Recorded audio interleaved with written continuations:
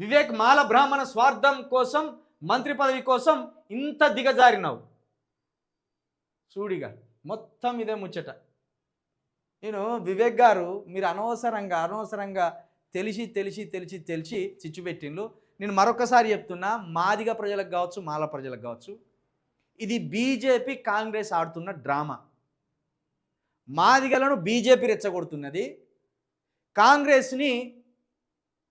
కాంగ్రెస్ మాలలను రెచ్చగొడుతున్నది.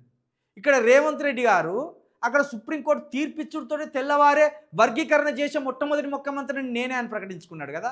మరి ఎందుకు ఉన్న పలంగా ఆయనే స్టాండ్ మార్చిండు? అయినే కదా అందరికంటే ముందు నేనే చేస్తా అని చెప్పిండు. మరి స్టాండ్ ఎందుకు మార్చిండు? అంటే ఇక్కడ ఉన్న మాల ఎమ్మెల్యేలు అక్కడున్న మహర్ కార్గే గారితో కుట్ర చేయలేదా? 100% కుట్ర చేసిండు కార్గే గారు. మహర్ ఇక్కడున్న మాల ఎమ్మెల్యేలంతా కార్గే గారి దగ్గరికి పోయి అక్కడ రేవంత్ రెడ్డి గారు మాదిగల పక్షాన మొట్టమొదట నేనే వర్గీకరణ చేస్తా అని హామీ ఇచ్చిండు.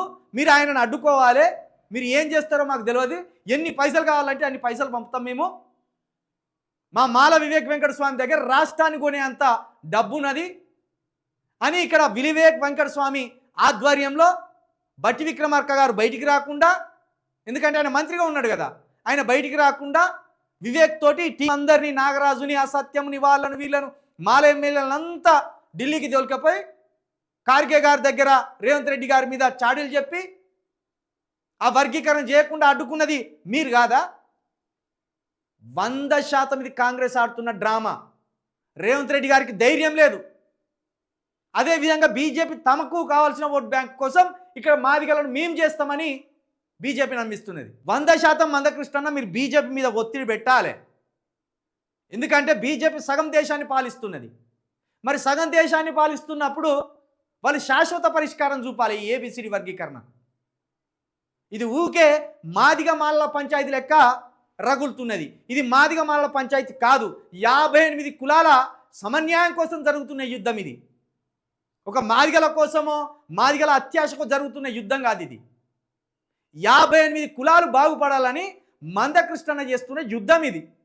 కాబట్టి మందకృష్ణ ఇంకొక అడుగు ముందుకేసి మీకున్న మోడీ గారితో ఉన్న సాన్నిహిత్యం కావచ్చు, ఇక్కడ కిషన్ రెడ్డి గారితో ఉన్న సాన్నిహిత్యంతో కావచ్చు, మీరు ఇంకొక అడుగు ముందరికేసి దీనికి శాశ్వత పరిష్కారం చూపాలి. ఈ 58 కులాలు మాదిగల లెక్క వీళ్ళు కూడా బాగుపడాలి. అది కోరుకుంటున్నారు ఇక్కడ మాదిగలు. అంతేగాని మొత్తం వాట మేమే దొబ్బి తిందామని మాదిగలు ఎవరు కోరుకుంటలేరు. ఖచ్చితంగా ఇది బీజేపీ కాంగ్రెస్ 2 పార్టీలు ఆడుతున్న డ్రామా. ఇటు కాంగ్రెస్ అధ్యక్షుని ద్వారా రేవంత్ రెడ్డి నోరు మూపించిండ్రు ఈ దొంగలు. కాబట్టి ఇది అర్థం చేసుకోవాలి తప్పకుండా.